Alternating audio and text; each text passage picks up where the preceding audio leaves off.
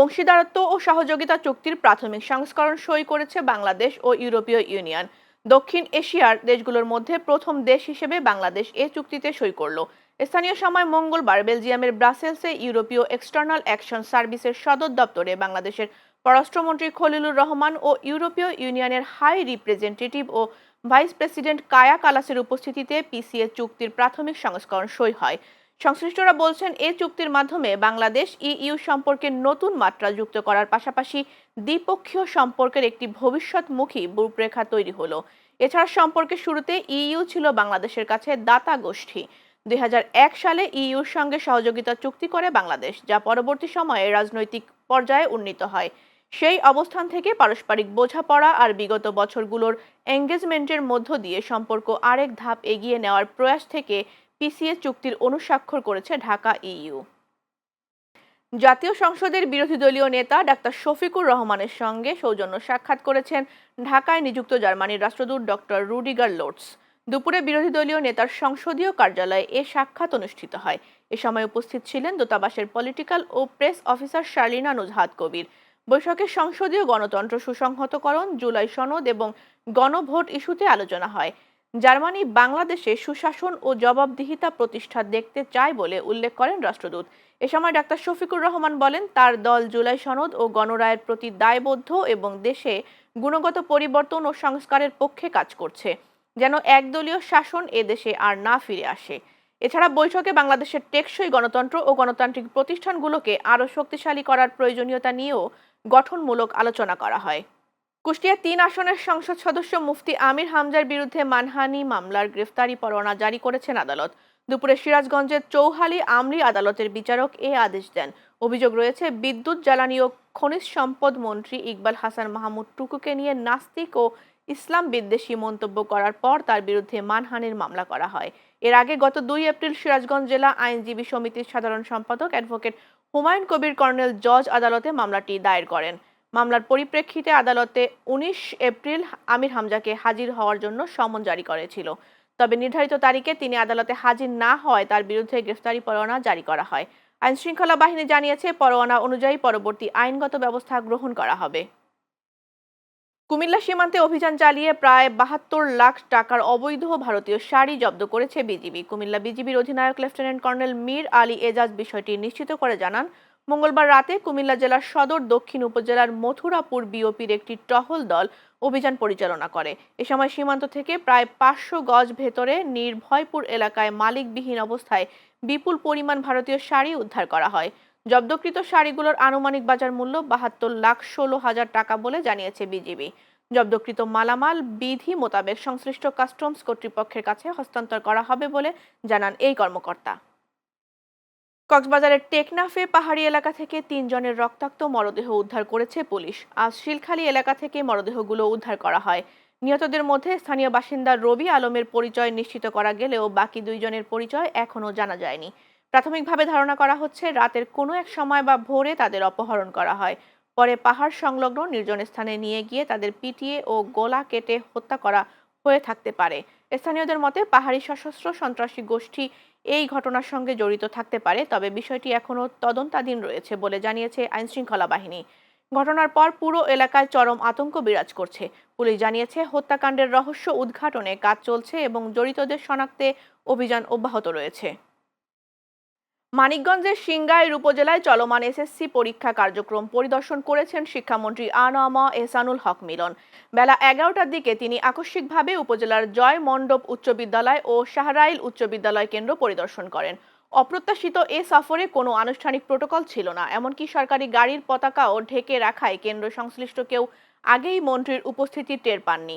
পরিদর্শনকালে তিনি পরীক্ষা কক্ষগুলো ঘুরে দেখেন এবং সার্বিক পরিবেশ ও শৃঙ্খলা পর্যবেক্ষণ করেন।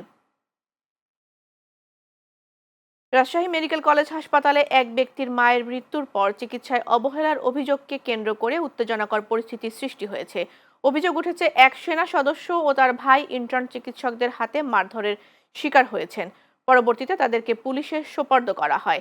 এ ঘটনার পর ইন্টার্ন চিকিৎসকরা উল্টো মবের শিকার হওয়ার অভিযোগ করে ২৪ ঘন্টার কর্মবিরতি ঘোষণা করেন। এদিকে সোমবার রাতের ঘটনার প্রতিবাদে মঙ্গলবার সকাল ৯টা থেকে রাজশাহী মেডিকেল কলেজ হাসপাতালের ইন্টার্ন চিকিৎসকরা কর্মবিরতি শুরু করেন। পরে সকাল 10টায় হাসপাতালের এমার্জেন্সি গেটের সামনে মানববন্ধন করেন তারা। সেখানে হেনস্থার সঙ্গে জড়িতদের শাস্তি, চিকিৎসকদের নিরাপত্তা নিশ্চিত করা এবং ওয়ার্ডগুলোতে আনসার সদস্য বাড়ানোর দাবি জানানো হয়। সারা দেশে বয়ে যাচ্ছে মৃদু থেকে মাঝারি ধরনের তাপপ্রবাহ। বিশেষ করে রাজশাহী ও খুলনা বিভাগে সূর্যের তীব্রতা সবচেয়ে বেশি অনুভূত হচ্ছে। বাংলাদেশ ওয়েদার অবজারভেশন টিম জানিয়েছে, আজ থেকে বাংলাদেশের বিভিন্ন অঞ্চলে তাপমাত্রা আরও বাড়তে পারে। কোথাও কোথাও তা 36 থেকে 39 ডিগ্রি সেলসিয়াস পর্যন্ত পৌঁছাতে পারে। এছাড়া খুলনা ও রাজশাহী বিভাগের কিছু এলাকায় তাপমাত্রা সাময়িকভাবে 40 ডিগ্রি সেলসিয়াস পর্যন্ত উঠতে পারে বলেও পূর্বাভাস দেওয়া হয়েছে। এই তাপপ্রবাহ চলবে 25 বা 26 এপ্রিল পর্যন্ত। এ সময় খুলনা, রাজশাহী, বরিশাল ও ঢাকা বিভাগের কয়েকটি জেলায় তীব্র গরমের প্রভাব বেশি থাকবে বলেও জানিয়েছে আবহাওয়া অফিস। পাশাপাশি হিট স্ট্রোকের ঝুঁকি এড়াতে দিনের বেলা, বিশেষ করে দুপুর 12টা থেকে 3টা পর্যন্ত কড়া রোদের মধ্যে বাইরে না যাওয়ার পরামর্শ দেওয়া হয়েছে। 18.5 লাখ শিক্ষার্থীর অংশগ্রহণে শুরু হলো এ বছরের এসএসসি ও সমমানের পরীক্ষা। সারা দেশে একযোগে শুরু হওয়া এই পরীক্ষায় প্রথমবারের মতো প্রতিটি কক্ষে বসানো হয়েছে সিসিটিভি ক্যামেরা। এছাড়া সাইবার মাধ্যম ব্যবহার করে কেউ এসএসসি ও সমমান পরীক্ষার প্রশ্ন ফাঁস করার চেষ্টা করলে তা প্রতিরোধে শিক্ষা মন্ত্রণালয় প্রস্তুত বলে জানিয়েছেন শিক্ষা এবং প্রাথমিক ও গণশিক্ষা মন্ত্রী আ.ন.ম এহসানুল হক মিলন। বিস্তারিত জানাচ্ছেন সহকর্মী আর.কে রেজা, ক্যামেরা ছিলেন রায়হান উদ্দিন মানিক। সকাল 10টায় সারা দেশে একযোগে শুরু হয় এসএসসি ও সমমান পরীক্ষা। ভিড় ও জনদুর্ভোগ এড়াতে এবার সকাল 8:30 থেকে পরীক্ষার্থীদের কেন্দ্রে প্রবেশের সুযোগ দেয়া হয়। 9টি সাধারণ শিক্ষা বোর্ড, মাদ্রাসা ও কারিগরি বোর্ডের অধীনে দেশের 3885টি কেন্দ্রে একযোগে অনুষ্ঠিত হচ্ছে এই পরীক্ষা। বাংলা প্রথম পত্রের মাধ্যমে শুরু হওয়া তত্ত্বীয় পরীক্ষা চলবে আগামী 20 মে পর্যন্ত। এরপর 7 থেকে 14 জুন অনুষ্ঠিত হবে ব্যবহারিক পরীক্ষা। মাধ্যমিক ও উচ্চশিক্ষা অধিদপ্তরের নির্দেশনায় বলা হয়েছে, কোনোভাবেই যেন প্রশ্নফাঁস, নকল বা অনিয়ম না ঘটে, সে বিষয়ে নেওয়া হয়েছে শূন্য সহনশীলতা নীতি। সম্পূর্ণ নিয়ম মেনে আমাদের কেন্দ্রে পরীক্ষা পরিচালিত হচ্ছে।